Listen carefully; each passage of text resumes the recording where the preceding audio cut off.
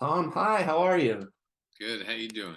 Good. This is actually our round two. I got to talk with you for Ozark Oh, okay. right at the Nice. start. It was like right at the start of the pandemic and So I was in the storeroom of the general store with the shaky internet. with no Wi-Fi, exactly.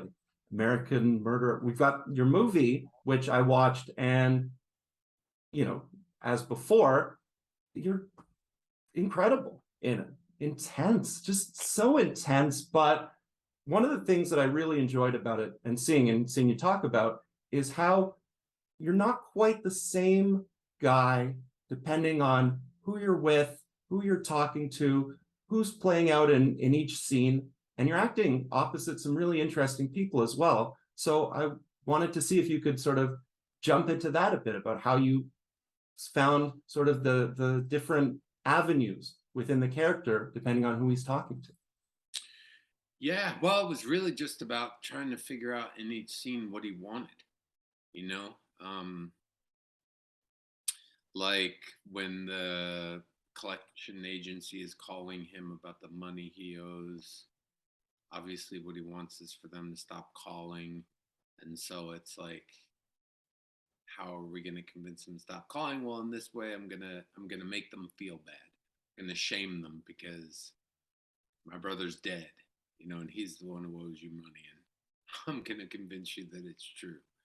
Um, with my mom, I want money from her, so I'm gonna convince her that I have an exciting business opportunity and be pleasant and upbeat and positive and like a salesman.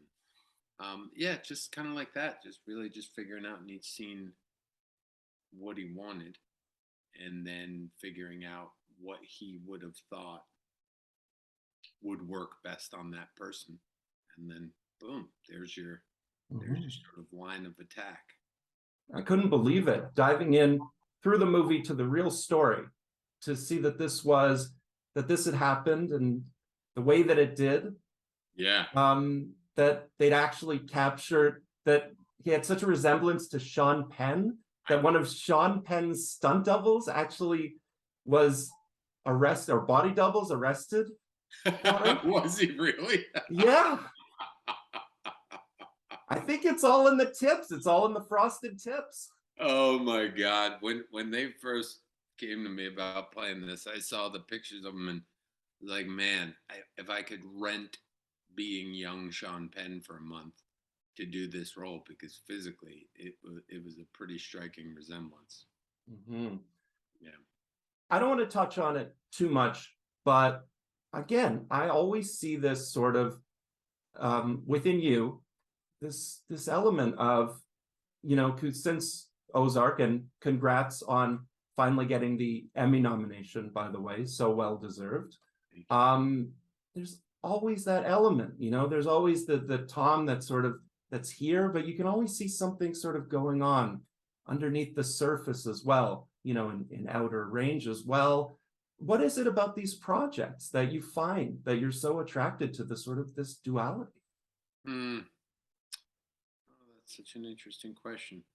Um, well, I don't know. I mean, I guess all of us is having a different experience here, but I find that to be kind of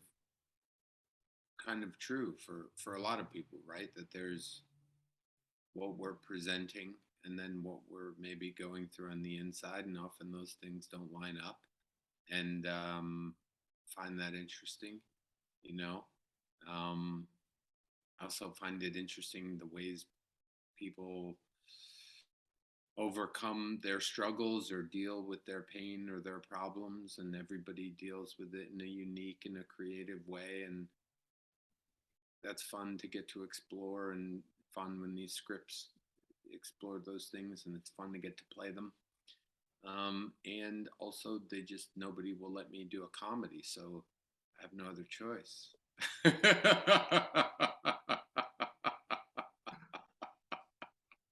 I want to let you do a comedy. In this movie, though, I do see there are the elements where you don't want to like the guy because it's right there in the title. You know he's the murderer. You know that he's not a good dude. But there are the elements that soften him up a little bit. You see the parts where his parents certainly aren't imparting the best lessons for him. His complicated relationship with his sister, the transgenerational trauma, we see that over and over in a lot of projects. So how much do you want to sort of imbue him with a little bit of humanity or goodness, or do you? Yeah, well, I mean, you literally hit the nail on the head about why I thought this story was so fascinating because you go into reading the script and I know before I even start how it ends. I know what he's done. I know he's on the top 10 most wanted. And so what's the point of telling the story? In some way, it's like, why not just watch, Dateline or 48 Hours or whatever the special is that they could do on him and tell you all the same stuff we could. So what became fascinating to me was like, is there a version of telling this story where we all know the ending and yet you kind of get so caught up in his personality that you forget where it's headed? And the reason I thought that that was so fascinating or interesting is because when you see some of the interviews with the people that were closest to him or read some of what they felt after they learned what he did, there seems to be a genuine amount of surprise. And so, in this sort of meta sense, it was like, could we give the audience a little taste of the experience, maybe, that the people closest to him had, which is like, he couldn't have done that. Like where you're getting so caught up in this like larger than life. And he's very charming when he wants to be and can be quite fun. I don't think he would have been effective as a con man if he wasn't.